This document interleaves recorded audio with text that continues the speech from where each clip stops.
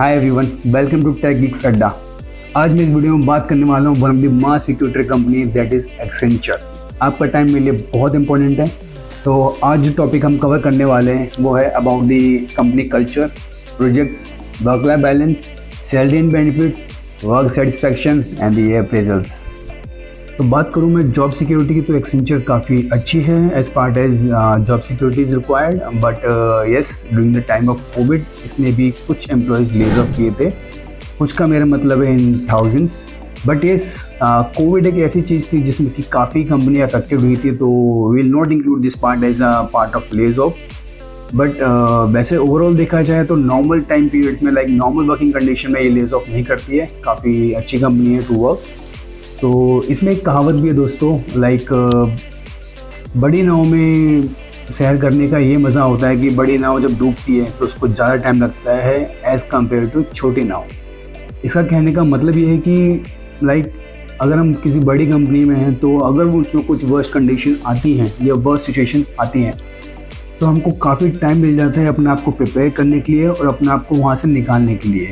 But छोटी companies as you all know 2-3 दिन में डूब जाती हैं, तो we not get enough time to prepare our self and get to the other companies. तो इसको मैं रेटिंग दूंगा ऑन एवरेज 3.5 आउट ऑफ 5, क्योंकि मैंने आपको सभी पॉइंट बता ही दिए हैं। सो अब बात करते हैं कंपनी कल्चर की।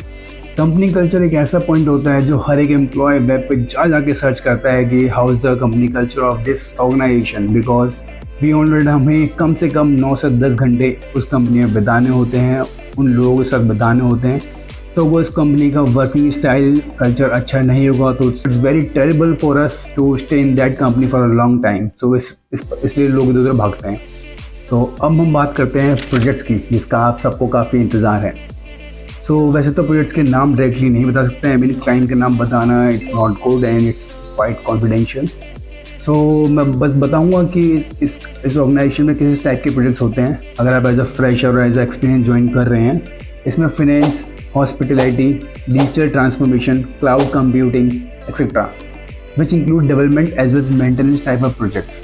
अगर मैं बात करूँ फ्रेशर्स की, तो फ्रेशर को वैसे तो स्टार्टिंग में ये लोग ADM प्रोजेक्ट्स में डालते हैं। ADM means application development and management, जिसमें कि बात करें डेवलपमेंट का बहुत स्लाइटली काम होता है, बट येस मेंटेनेंस का होता है, क्योंकि ज़्यादातर वेबसाइट्स ऑलरेडी बन चुकी होती हैं और ज़्यादातर एप्लीकेशन ऑलरेडी बन चुकी होती हैं, तो उसमें छोटे मोटे चेंजेस प्लस मेंटेनेंस का ही काम होता है, तो एज सच डेवलपमेंट नहीं होता।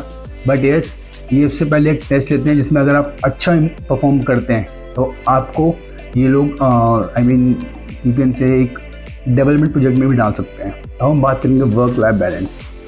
Work life balance this is something that most employees wants. मतलब कि हर एक एम्प्लॉय को चाहिए होता है कि वो उस कंपनी में जा रहा है उसका वर्क लाइफ बैलेंस अच्छा हो। तो एक्सेंचर का इस पर कंपेयर किया जाए तो वर्क लाइफ बैलेंस काफ़ी अच्छा है, बट हाँ हर जगह कुछ एक्सेप्शंस केस रहते हैं। तो यू कैन से कि 85% प्रोजेक्ट्स काफ़ी अच्छे हैं जिसमें वर्क लाइफ बैलेंस आप इजीली मेंटेन कर सकते हैं। आप आराम से 8 से 9 घंटे अपना काम कीजिए, उसके बाद अपना जो मर्जी वो कीजिए।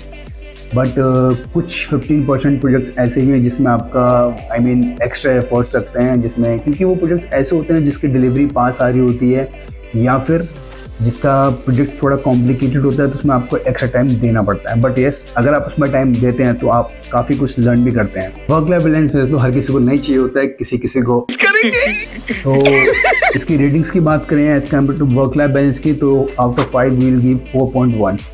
Now come to salary and benefits. अगर हम सैलरी की बात करें तो अगर आप एज अ फ्रेशर ज्वाइन कर रहे हैं तो आपको ईजिली 4 to 7 लाख का पैकेज मिल सकता है। एंड अगर आप स्विच करके आ रहे हैं इस कंपनी में तो आप ईजिली 30 to 90% हाइक पा सकते हैं।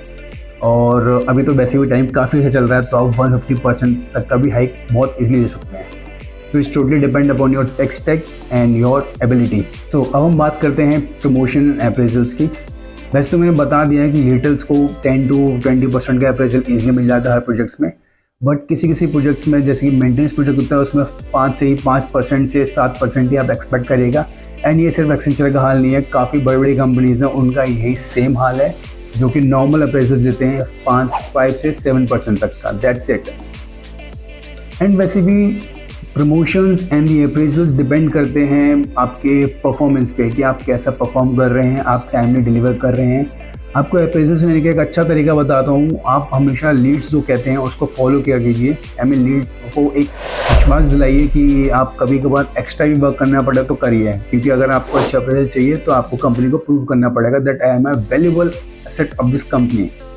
सो थोड़ी मेहनत तो बनती है यार। अगर आपको ये वीडियो अच्छा लगा हो तो मुझे नीचे कमेंट बॉक्स में बताइए, बुरा भी लगा हो तो भी बताइए ताकि मैं इम्प्रूव कर सकूँ। एंड सेकंड चीज़ ये है कि आप इसके साथ दोस्तों का शेयर कीजिए, लाइक कीजिए एंड चैनल को प्लीज़ सब्सक्राइब कीजिए। Thank you. आपको नेक्स्ट किस कंपनी का रिव्यू चाहिए please let me know in the comment box. तो मिलते हैं फिर नेक्स्ट वीडियो में। Thank you.